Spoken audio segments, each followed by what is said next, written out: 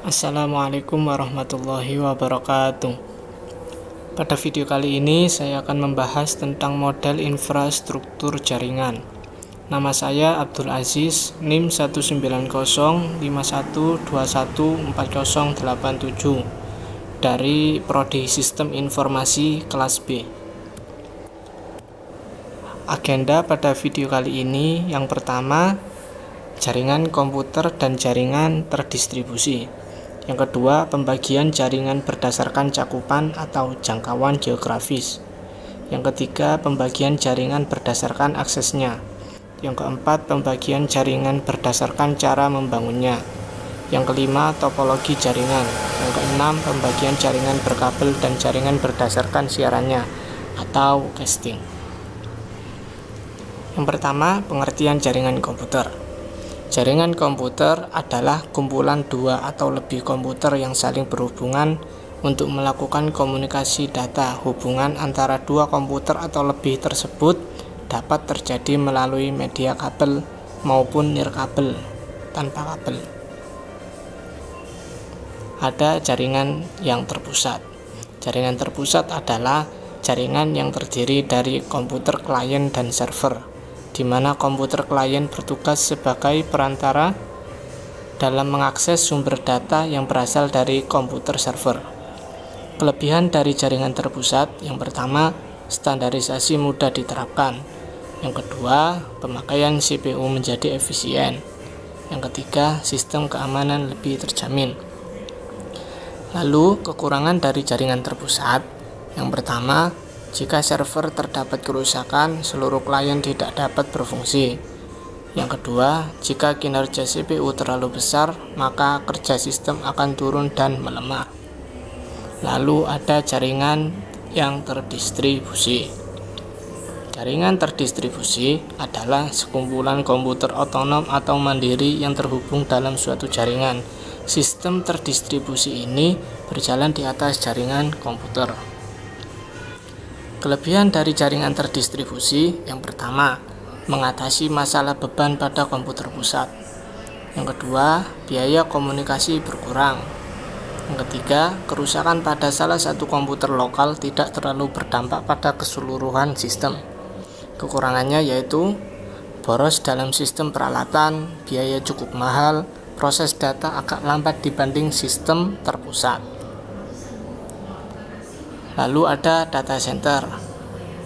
Data center merupakan fasilitas yang terdiri dari jaringan komputer dan penyimpanan yang digunakan oleh bisnis atau organisasi lain untuk mengatur, memproses, menyimpan, dan menyebarluaskan data dalam jumlah besar.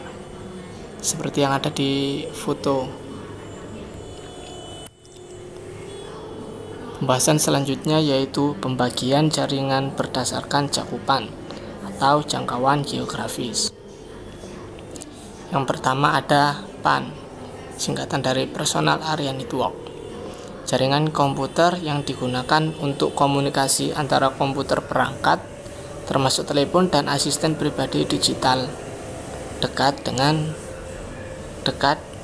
dari satu orang. Jangkauannya 10 meter sampai 50 meter. Lalu ada LAN, Local Area Network, jaringan komputer untuk area yang tidak begitu luas tapi lebih luas dari PAN. Jangkauannya 10 sampai 15 km. Tapi jangkauan umumnya biasanya itu kurang lebih 100 meter. Contohnya jaringan yang terdapat pada sekolah yang menghubungkan antara komputer guru dan murid.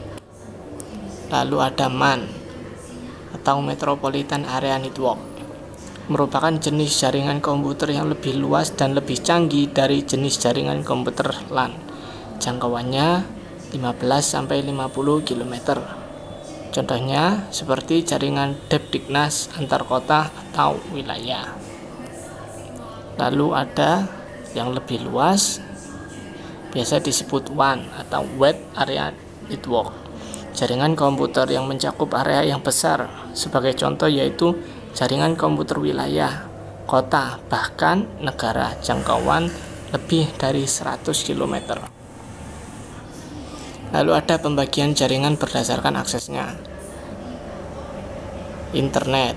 Internet adalah jaringan yang biasa kita pakai sehari-hari, tetapi kita perlu connect ke server lain agar bisa berkomunikasi.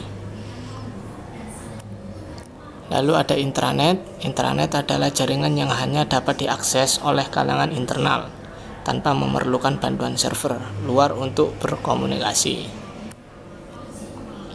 Lalu pembagian jaringan berdasarkan cara membangunnya. Ada ad hoc, yaitu jenis jaringan komputer yang memakai jaringan wireless untuk berhubungan ke komputer lain tanpa perantara apapun. Lalu ada infrastruktur, yaitu jenis jaringan komputer yang memakai beberapa bagian untuk menghubungkan beberapa komputer dalam satu jaringan pada suatu infrastruktur. Pembahasan selanjutnya yaitu tentang topologi jaringan. Pengertian topologi jaringan. Topologi jaringan adalah suatu cara atau konsep yang digunakan untuk menghubungkan dua komputer atau lebih berdasarkan hubungan geometris antara unsur-unsur dasar penyusun jaringan, yaitu node, link, dan station. Macam-macam topologi. Yang pertama ada topologi bus. Kelebihannya yaitu biaya instalasi yang bisa dibilang sangat murah karena hanya menggunakan sedikit kabel. Selanjutnya, penambahan klien atau workstation baru dapat dilakukan dengan mudah. Topologi yang sangat sederhana dan mudah diaplikasikan.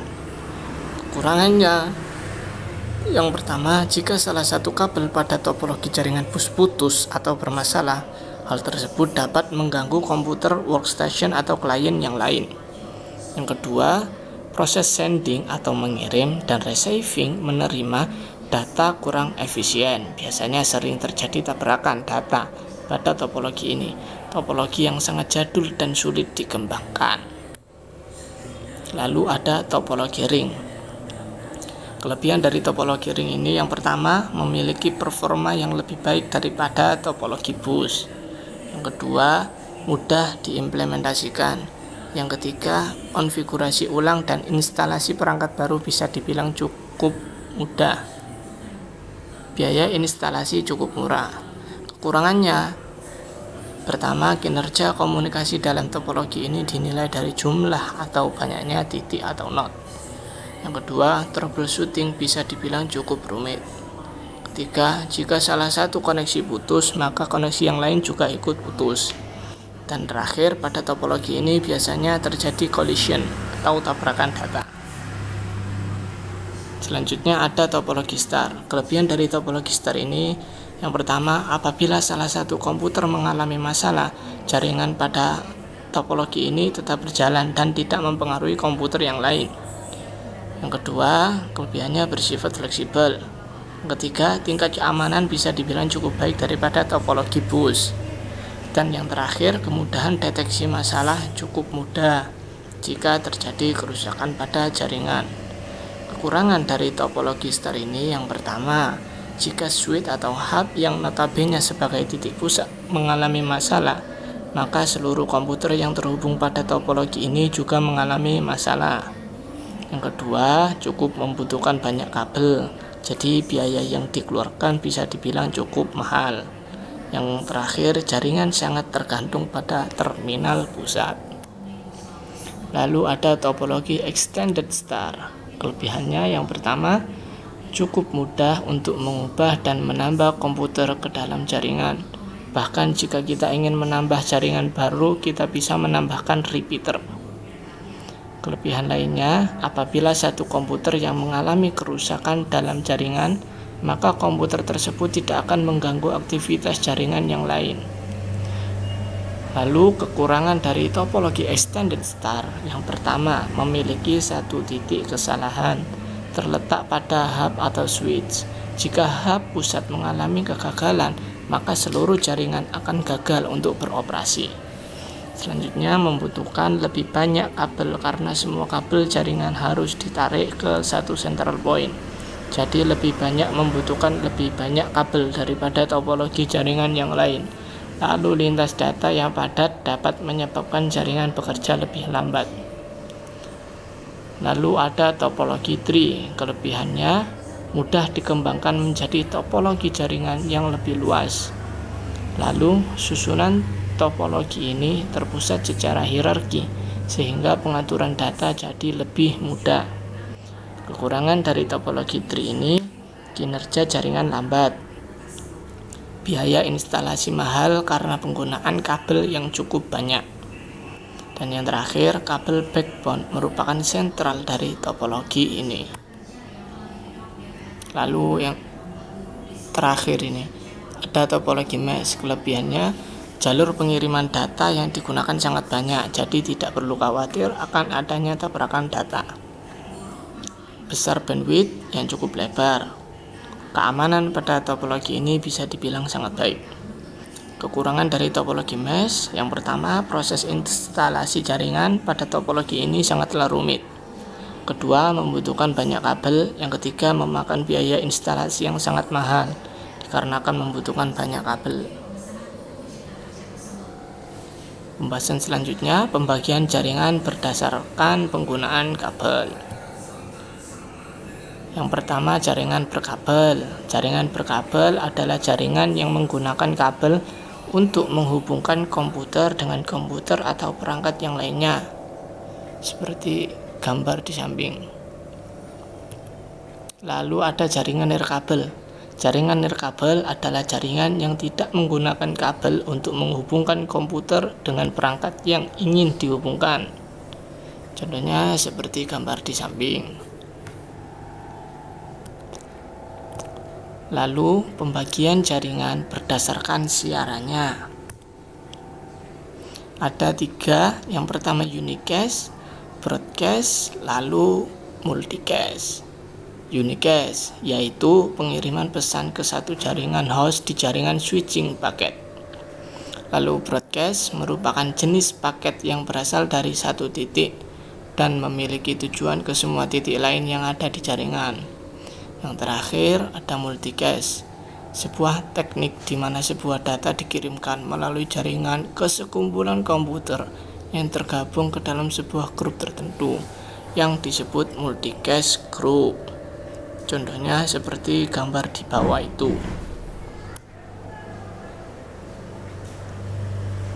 Oke, terima kasih teman-teman sudah menonton video ini. Saya kira cukup, kurang lebihnya saya mohon maaf. Wassalamualaikum warahmatullahi wabarakatuh.